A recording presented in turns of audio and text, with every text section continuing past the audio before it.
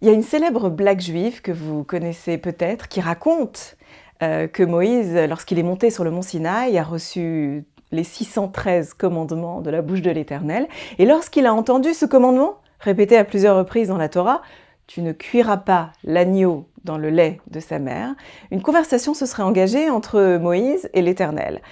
Comment ça, aurait dit Moïse, il ne faut pas cuire l'agneau dans le lait de sa mère, alors ça veut dire qu'il faut attendre 3 heures entre le moment où l'on mange de la viande et le moment où on mange du lait. Et Dieu aurait dit, mais non, j'ai simplement dit, il ne faut pas cuire l'agneau dans le lait de sa mère. Alors Moïse aurait continué la discussion en disant, ah bon? Alors ça veut dire qu'il faut qu'on ait absolument au moins 2 vaisselles à la maison. Alors Dieu aurait dit, mais pas du tout, j'ai simplement écrit, tu ne cuiras pas l'agneau dans le lait de sa mère. Alors Moïse aurait dit, ah bon? Est-ce que ça veut dire qu'à Pessah, il faudrait rajouter une 3e ou une 4e vaisselle? Et là, Dieu aurait dit, tu sais quoi Moïse, fais ce que tu veux. Cette blague juive, que vous connaissez peut-être, elle joue bien entendu à rebours sur les lois traditionnelles de la cacheroute, mais surtout, elle joue et se construit sur une idée qui est chère à nos sages et à la tradition juive, l'idée que la loi se construit dans une forme de dialogue entre l'humanité et le divin, et qu'en réalité, le dialogue permanent qui existe dans notre tradition et qui est si central entre la loi écrite et la loi orale, crée un partenariat constant et sacré entre le transcendant et l'humanité que cette petite histoire vient nous raconter. En fait, il nous revient, tout comme Moïse, d'interpréter à travers les siècles la loi, non pas pour la remettre en question, mais pour penser son adaptation, pour penser son interprétation, pour être constamment dans un dialogue qui est une forme de au-delà de la loi, de transcendant à la loi, simplement telle qu'elle est énoncée.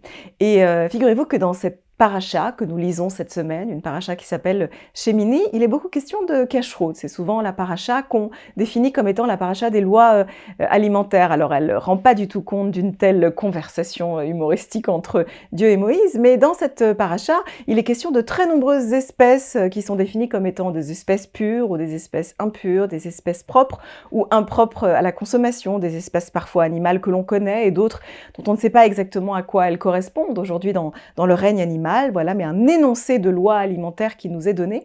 Et c'est intéressant de voir que bien des gens à travers les siècles ont essayé de comprendre ou se sont imaginés qu'on pouvait connaître le sens exactement de ces mitzvot de la kashrut, quels sont ce qu'on appelle en hébreu leur ta'am, le ta'am à mitzvot, le sens de ces commandements, ont-elles une raison d'être ou pas? Bien des choses ont été écrites sur cette question des ta'amé mitzvot, des raisons d'être des commandements, mais je trouve particulièrement intéressant de se pencher sur le nom de cette paracha, et c'est ce que je voudrais vous proposer aujourd'hui. Cette paracha, elle s'appelle Shemini. Shemini, ça veut dire 8e.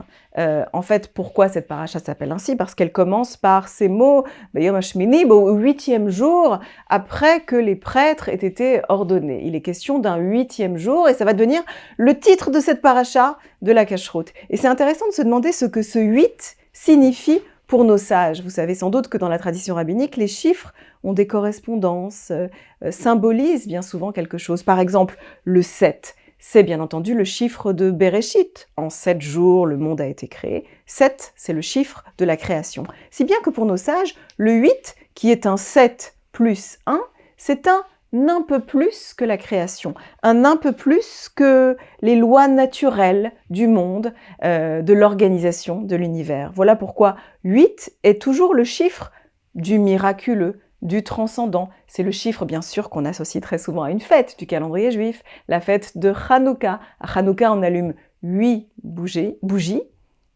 Shmona Nerot, 8 bougies de Hanouka, parce que ce chiffre du miracle, c'est toujours un 7, le chiffre du naturel, plus 1, chiffre du surnaturel. Et donc, c'est intéressant de voir que toute cette cacheroute qui échappe en partie à notre compréhension et qui est souvent le fruit d'un dialogue entre l'Éternel et l'humanité qui l'interprète, porte aussi d'une certaine manière la trace de ce 8, de ce shmoné, qui est de l'ordre d'un un peu plus que la loi, d'un au-delà de la loi, d'un transcendant qui est le sens même de l'activité d'interprétation que l'humanité prend sur ses épaules après la révélation.